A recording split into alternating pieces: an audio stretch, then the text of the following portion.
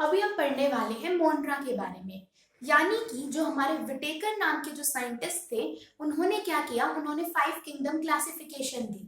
भाई धरती पे जितने भी प्लांट्स होते हैं, जितने भी ऑर्गेनिजम्स होते हैं, सबको उसने 5 अलग अलग किंगडम के अंदर बांट दिया। यानी कि उसने हमारे पास से 5 किंगडम दी थी, जिसमें से एक का नाम था मोनरा, उसके बाद था प्रोटिस्टा, देन फंजाई, देन हमारे पास में plant kingdom and then animal kingdom. तो सबसे पहले हम पढ़ने वाले हैं मोनरा किंगडम के बारे में। तो मोनरा किंगडम, किंगडम से हम क्या समझते हैं, एक तरीके से घर है।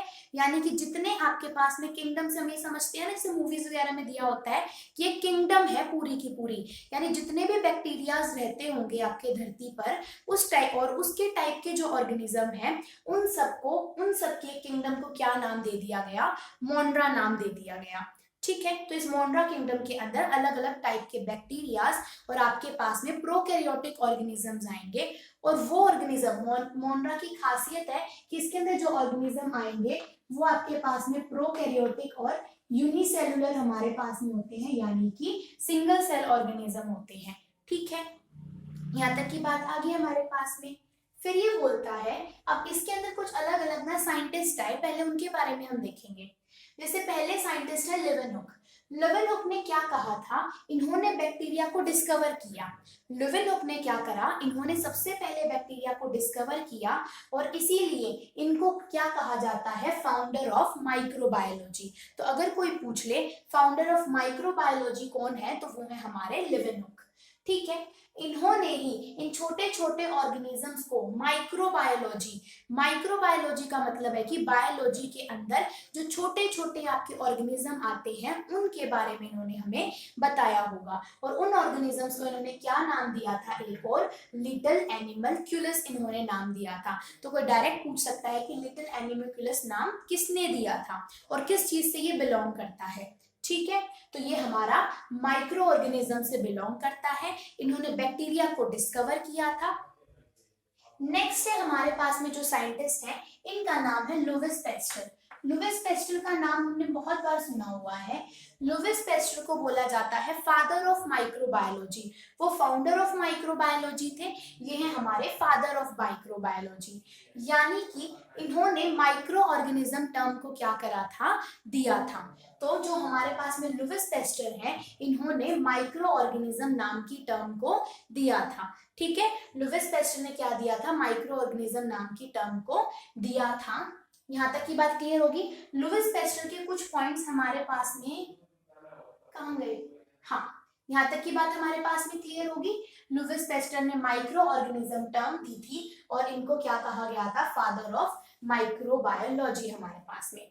ठीक है, उसके बाद में आते हैं हमारे पास में एहरनबर्ग आते हैं। तो एहरनबर्ग ने क्या कहा था, एहरनबर्ग ने टर्म दिया था हमको बैक्टीरिया। ठीक है, तो एहरनबर्ग ने हमको क्या टर्म दिया, इन्होंने टर्म दिया था बैक्टीरिया के बारे में। तो अगर कोई पूछ ले कि बैक्टीरिया टर्म किसने दी थी, एहरनबर्ग ने। बैक्टीरिया को डिस्कवर किसने किया था, लेवेनहुक ने। और लुईस पैस्चर का जो पॉइंट है वो ये है कि जो हम फर्मेंटेशन के बारे में पढ़ते हैं ना, तो फर्मेंटेशन के बारे में भी किसने हमें बताया था, इन्होंने बताया था, लुईस पैस्चर ने हमको बताया था। ठीक है, हमारे पास यहाँ पर ये चीज हमारे पास क्लियर होगी। तो लुईस पैस्चर ने ही किसके बारे में हमको बताया था, फर्मेंटेशन के बारे में भी हमको इन्होंने बताया था। और दूसरा इन्होंने टर्म दी थी माइक्रो ऑर्गेनिज्म। ठीक है, फिर आते हैं रॉबर्ट कोच। रॉबर्ट कोच के बारे में काफी सारे इंपॉर्टेंट पॉइंट है। जो रॉबर्ट कोच है, इनको बोला जाता है फादर ऑफ बैक्टीरियोलॉजी। वहां पर था फादर ऑफ माइक्रोबायोलॉजी, अब है फादर ऑफ बैक्टीरियोलॉजी। तो रॉबर्ट कोच को हम बोलते हैं फादर ऑफ बैक्टीरियोलॉजी। इन्होंने बहुत सारा काम किया था। इन्होंने सबसे पहले क्या डिस्कवर किया था, इन्होंने बोला जो टीबी यानी कि जो ट्यूबरक्लोसिस होती है आपको, एंड जो क्लोरेला डिजीज होती है, ट्यूबरक्लोसिस यानी टीबी, और जो क्लोरेला डिजीज होती है वो होती है मैन के अंदर यानी कि हम लोगों के अंदर। और जो एंथ्रेक्स एक डिजीज होती है जो कि कैटल के अंदर होती है। कैटल क्या होंगे हमारे पास में, जैसे कि हमारे पास बुफेलो होगी, काऊ होगी, शिप हो गया, गोट हो गया। तो इनके अंदर एक एंथ्रेक्स नाम की डिजीज होती है। तो सबसे पहले इन्होंने ये चीज पता लगाई कि ये तीनों की तीनों डिजीज किसकी वजह से होती हैं, बैक्टीरिया की वजह से होती हैं। ठीक है, यहाँ तक की बात। दूसरा इन्होंने मेन काम क्या किया, इन्होंने सबसे पहले आइसोलेट किया और कल्चर किया बैक्टीरिया को। यानी कि जैसे अगर किसी इंसान को ट्यूबरक्लोसिस हुआ है तो उससे उन्होंने क्या करा, उनकी बॉडी से इस बैक्टीरिया को निकाला, यानी कि उन्होंने कहीं से उस ट्यूबरक्लोसिस के बैक्टीरिया को क्या किया, निकाला, अलग से सेपरेट किया और उसको एक कल्चर के अंदर क्या कराया, ग्रो कराया।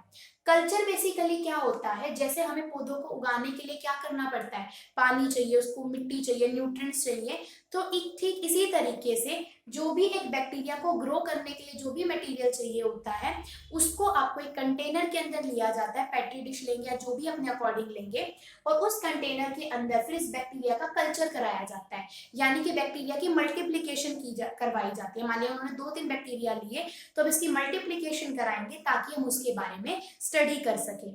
तो इसके बारे में इन्होंने सबसे पहले बैक्टीरिया को आइसोलेट किया था और कल्चर किया था बैक्टीरिया को, ठीक है। उसके बाद में इन्होंने क्या बनाया था, एक एक्जेनिक कल्चर भी बनाया था। एक्जेनिक कल्चर क्या होता है, एक ऐसा कल्चर प्रिपेयर किया जाता है जिसके अंदर कोई भी कंटेमिनेशन ना हो। मान लिया कि आप किसी बैक्टीरिया का ही कल्चर बनाना चाहते हो, मान लिया सिर्फ आप चाहते हो कि भाई उसके अंदर सिर्फ ट्यूबरक्लोसिस की ही बैक्टीरिया आए, ठीक है। लेकिन क्या होगा कि मान लिया कि आसपास हमारे एयर के अंदर कोई और बैक्टीरिया है और वो भी उसके साथ में आ गया, तो इन्होंने क्या करा, एक एक्जेनिक कल्चर बनाया। एक्जेनिक कल्चर यानी कि अगर वो सिर्फ ट्यूबरक्लोसिस के बैक्टीरिया के बारे में स्टडी कर रहे हैं तो जो वो कल्चर प्रिपेयर करेंगे जिसके अंदर जो टीबी का बैक्टीरिया ग्रो करेगा तो उस कल्चर के अंदर सिर्फ वही ग्रो करे और कोई कंटेमिनेशन ना हो। तो ऐसा कल्चर जिसके अंदर कोई भी कंटेमिनेशन नहीं होती उसको हम बोलते हैं एक्जेनिक कल्चर, ठीक है। उसके बाद में एक इंपॉर्टेंट पॉइंट है कि हम सब चीजों का कल्चर करवा सकते हैं except mycobacterium leprae. Mycobacterium leprae एक पैरासिटिक बैक्टीरिया है और इसका हम आर्टिफिशियल मीडियम के अंदर कल्चर नहीं करा सकते। यानी कि एक तरीके से एक्सेप्शन है हमारे पास में कि जो आपके पास में माइकोबैक्टीरियम लेप्रे है, आई थिंक लेप्रोसी कॉज करता है, लेप्रोसी कॉज करता है, तो इसको हम आर्टिफिशियल मीडियम के अंदर कल्चर नहीं करा सकते, ठीक है। अच्छा, तो ये वाले पॉइंट्स हमें किसने बताए थे, रॉबर्ट कोच ने। फिर आते हैं जोसेफ लिस्नर। जोसेफ लिस्नर को बोला जाता है फादर ऑफ एंटीसेप्टिक सर्जरी, ठीक है। तो इनको क्या बोलते हैं, father of antiseptic surgery. Antiseptic से हम क्या समझेंगे कि जो बैक्टीरिया को किल कर दे। तो इन्होंने बताया कि अगर आप किसी को वोंड है यानी कि किसी को चोट लगी हुई है तो अगर आप उसको स्पिरिट के साथ में वॉश कर दोगे। अब स्पिरिट क्या होता है अपने पास में, स्पिरिट होता है आपका, इसके अंदर अल्कोहल होता है, किसी के अंदर 90% अल्कोहल होता है, मतलब अलग अलग अमाउंट के अंदर अल्कोहल होता है इसके अंदर। एक तरीके से लैब वगैरह के अंदर हम इसको ज्यादा यूज करते हैं। तो उससे अगर हम किसी भी एरिया को वॉश करेंगे, किसी भी वोंड को वॉश करेंगे तो वो माइक्रो ऑर्गेनिज्म की ग्रोथ को क्या कर देगा, डिक्रीज। जैसे हम कहीं पे इंजेक्शन भी लगवाने जाते हैं तो क्या करते हैं, कॉटन के अंदर कुछ लिक्विड सा यूज करते हैं और उससे पहले आपके हाथ को सैनिटाइज करते हैं, अगेन फिर वो इंजेक्शन लगाएंगे और उसको फिर आपको कॉटन को दे देंगे कि आप इसको यहाँ पर कैसे इस तरीके से पकड़कर बैठ जाओ। असल में उसके अंदर भी क्या होता है, ये सिप्रेट ही होता है, कोई स्पिरिट बोल देता है इसको, कोई सिप्रेट बोल देता है। सिप्रेट वर्ड हम एग्जैक्ट यूज करेंगे, ठीक है। तो वो किस लिए यूज करा जाता है, ताकि उस वाले एरिया के अंदर कोई भी अगर बैक्टीरिया वगैरह है तो वो क्या हो जाए, वहां पर किल हो जाए, ठीक है। तो ये किसने बताया था हमको, जोसेफ लिस्नर ने बताया था। यहाँ तक की बात क्लियर होगी। तो यहाँ पर हमारे बैक्टीरिया से रिलेटेड जितने भी बैक्टीरिया एंड माइक्रो ऑर्गेनिज्म से रिलेटेड जितने भी आपके साइंटिस्ट हैं वो कवर हो जाते हैं। इसके बाद हम नेक्स्ट पार्ट के अंदर पढ़ेंगे कि किस किस टाइप के आपके बैक्टीरियाज होते हैं, ठीक है हमारे पास में। तो अभी इस वाले पार्ट को हम यही कंपाइल करते हैं।